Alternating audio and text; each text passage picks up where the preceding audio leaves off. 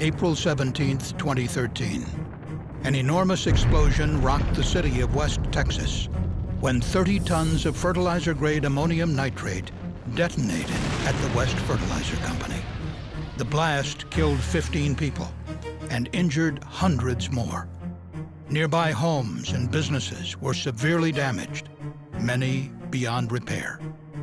The Chemical Safety Board launched an investigation and found poor hazard awareness, the proximity of the facility to nearby homes and businesses, inadequate emergency planning, and limited regulatory oversight all led to the severity of the accident.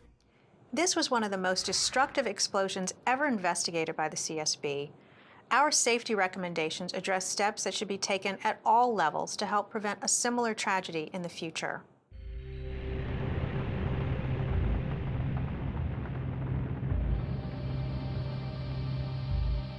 The West Fertilizer Company was a fertilizer retail and distribution facility in West Texas, 80 miles south of Dallas. There, ammonium nitrate and other chemicals used as fertilizers were stored in a 12,000 square foot building that was constructed of combustible material, mostly wood. The fertilizer storage building was located close to several houses, an apartment complex, 2 schools, a city park, and a nursing home. Inside the fertilizer building, seeds and other materials were stored in rooms throughout the structure. Various types of dried fertilizer and additives for blending were stored in large bins. There was a stockpile of 40 to 60 tons of ammonium nitrate stored between 2 bins on the night of the incident. The main bin contained about 30 tons. Fertilizer-grade ammonium nitrate is stable under normal conditions, but can violently detonate when exposed to contaminants in a fire.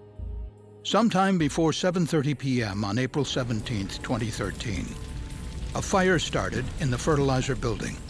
Although there were numerous combustible products inside, the CSB was unable to determine the source of ignition or exactly where in the building the fire began. One of the first responders to the incident was a police officer from the city of West who was on routine patrol near the city park. A young man approached him and pointed to the fertilizer plant.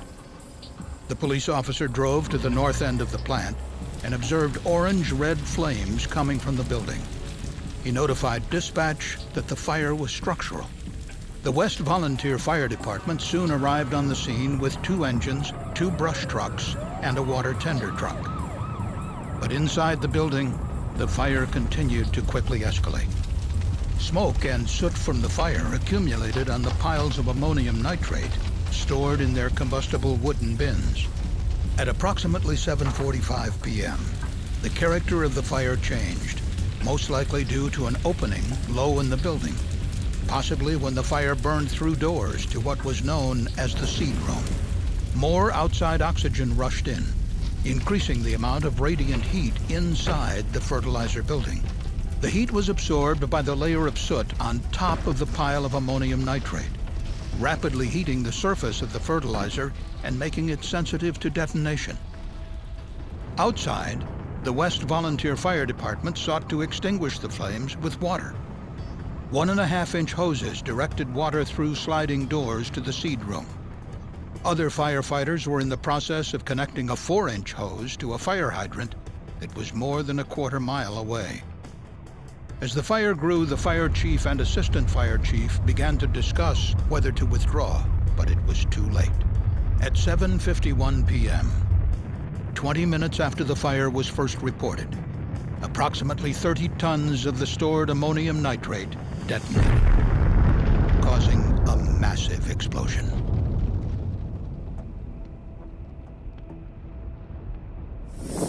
Maybe 100, actually, probably, yeah, 100 yards.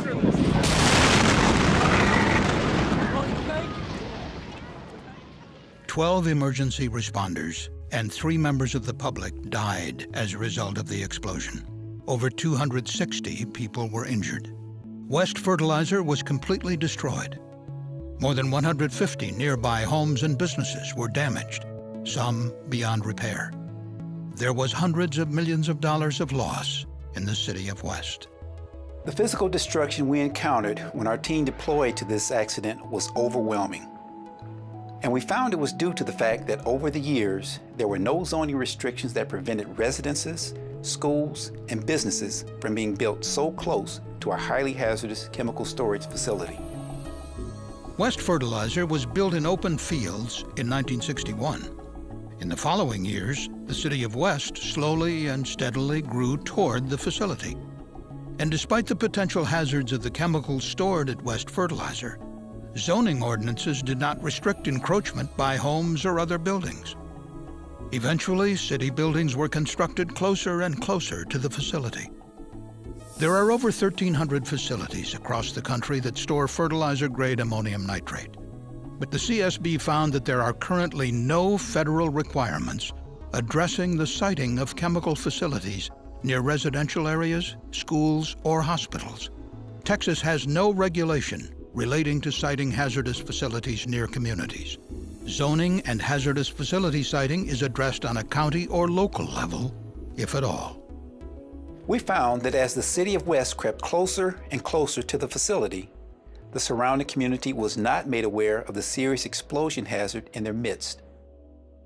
And the West Fertilizer Company underestimated the danger of storing fertilizer-grade ammonium nitrate in ordinary combustible structures. The CSB found that this widespread lack of awareness was due to several factors. At the time of the incident, the Occupational Safety and Health Administration, or OSHA, did not include ammonium nitrate on its list of highly hazardous chemicals, toxics, and reactives within the Process Safety Management Standard. Yet characteristics of the chemical should have triggered its inclusion. This meant ammonium nitrate stored at West Fertilizer was not subject to safety management requirements that could have identified and mitigated the explosion hazard. And OSHA's Explosives and Blasting Agents Standard, which does address the safe handling of ammonium nitrate, was not very well known in the fertilizer industry. That was due in part to the fact that OSHA rarely cited violations of this standard at fertilizer facilities. The CSB further determined that the Environmental Protection Agency, or EPA, does not include ammonium nitrate on the list of chemicals covered by its risk management program. As a result, the West Fertilizer Company was not required to conduct hazard reviews or to analyze the possible consequences of an explosion to surrounding neighborhoods. The CSB believes that OSHA and the EPA should strengthen their regulations to protect the public from hazards posed by fertilizer-grade ammonium nitrate. In its final report, the CSB recommended that OSHA add fertilizer-grade ammonium nitrate to the Process Safety Management list of highly hazardous chemicals, toxics, and reactives, or update the Explosives and Blasting Agents Standard to ensure safer handling of the chemical. And in the interim, the CSB recommended that OSHA issue a regional emphasis program to enforce existing requirements for ammonium nitrate in regions where facilities similar to West Fertilizer are common.